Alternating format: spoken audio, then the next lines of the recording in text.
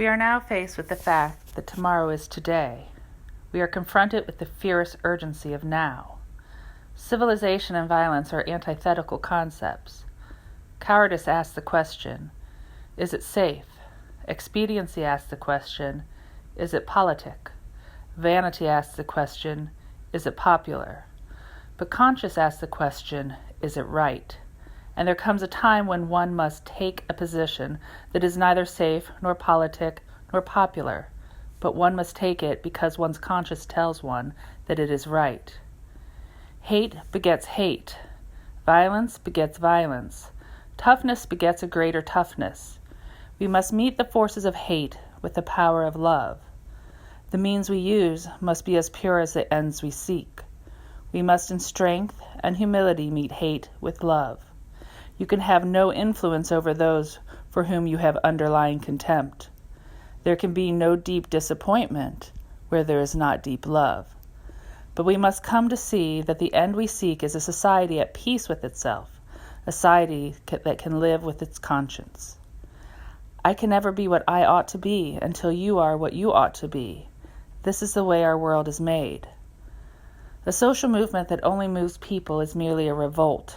A movement that changes both people and institutions is a revolution.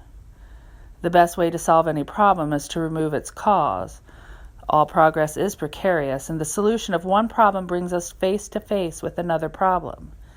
Education must enable one to sift and weigh evidence, to discern the true from the false, the real from the unreal, and the facts from the fiction. May I stress the need for courageous, intelligent, and dedicated leadership. Leaders of sound integrity. Leaders not in love with publicity, but in love with justice. Leaders not in love with money, but in love with humanity.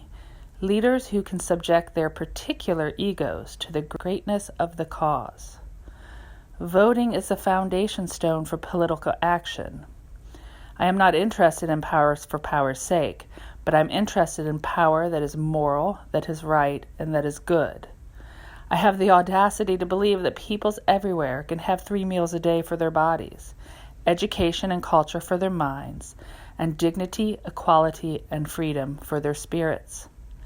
This call for a worldwide fellowship that lifts neighborly concern beyond one's tribe, race, class, and nation is in reality a call for an all-embracing and unconditional love for all men. Every man must decide whether he will walk in the light of creative altruism or in the darkness of destructive selfishness.